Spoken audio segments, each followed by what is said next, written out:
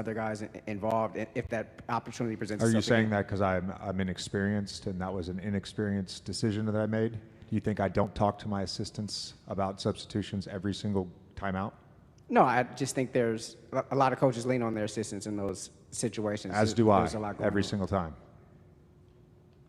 That's a weird assumption. Thank you, Coach. In his first playoff series as head coach of the Los Angeles Lakers, JJ Redick wasn't just coaching a team. He was battling the burden of being right. With Luka Doncic and LeBron James at his disposal, Redick entered the series against the Timberwolves confident in his system, his spacing, and his game plan. But what played out exposed a far deeper issue than mismatches or missed shots. This wasn't just a basketball lesson, it was a coaching one. JJ, I'm sure you like to end the half on a corner three like that. But end the half on a corner three like that. Our end of quarter execution has been so bad the last 3 games. So bad. 1. Trust is earned and can be lost in a moment. In Game 4, Redick made 0 substitutions in the second half. Luka and LeBron played the entire 24 minutes, visibly fatigued, while the bench sat untouched. Redick didn't trust them to contribute, and it showed. "I like the group we had out there," he said. "That was our best chance to win." By sticking with his stars, Redick not only overworked Luka and LeBron, he also sent a message to the entire team.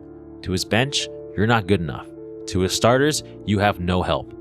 Coaching isn't just about making decisions for the moment. It's about building trust in your players, top to bottom. When a coach neglects to trust the entire roster, it fractures the team dynamic. Whether it's the bench players or the starters, every player needs to feel like they matter and are capable of contributing when it counts. Coaching is about empowering your players, not just executing your plan. You can't win as a team if parts of your team are left out of the equation. And if you fail to trust your players, you risk breaking down the very foundation of your team's belief and connection.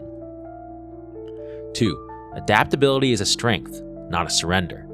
The Timberwolves had one weapon the Lakers couldn't solve: Rudy Gobert. He controlled the paint all series. Redick, to his credit, had a system he believed in: spacing the floor, small ball movement, keeping the paint open for LeBron and Luka. Redick refused to adapt, refused to tweak the defensive shape, and Minnesota made them pay, again and again. Post-game, he doubled down. "We weren't out-schemed, we just didn't execute." But here's the truth. When you're getting out-rebounded, out-muscled, and out-paced, it's not about execution. Sometimes it's the plan itself. Adaptability isn't weakness, it's awareness. And the best coaches in the world, the ones Redick wants to be compared to, don't cling to what they thought would work. They coach the moment in front of them.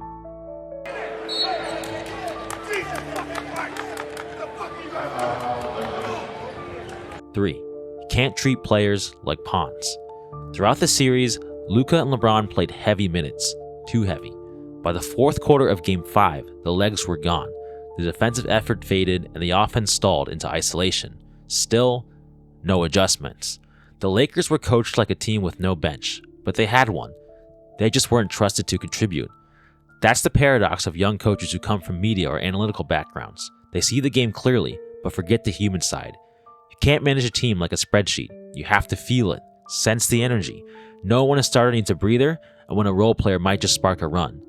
Coaching isn't about riding your stars into the ground. It's about managing the whole, not over-controlling the few. 4. Own the moment before you ask players to. Throughout the series, and especially after the loss, Redick's tone didn't shift. In press conference, he was defiant. He hinted that the players didn't execute, that Luka was out of shape, that the game plan was right, just poorly applied. Not once did he say, "This one's on me." And that's where experience matters. Great coaches, even in losses, understand when to shield their players, when to take the heat, when to own the moment. JJ Redick didn't lose because he lacked intelligence.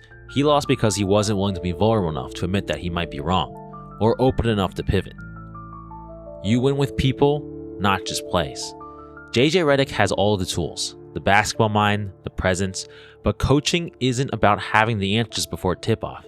It's about feeling the game as it unfolds, trusting your team, not just your top 3, leading with humility, not certainty. Because if your players aren't empowered and your bench feels invisible, it doesn't matter how sharp your game plan is. The Timberwolves didn't just beat Redick's system, they beat a team that wasn't connected, top to bottom. If there's one lesson to learn from JJ Redick's first playoff series, it's this. Coaching isn't about being the smartest guy in the room. It's about making everyone in the room feel valuable. And if Redick can lean into this lesson, that coaching is more than just executing a system, then this failure might just be his foundation.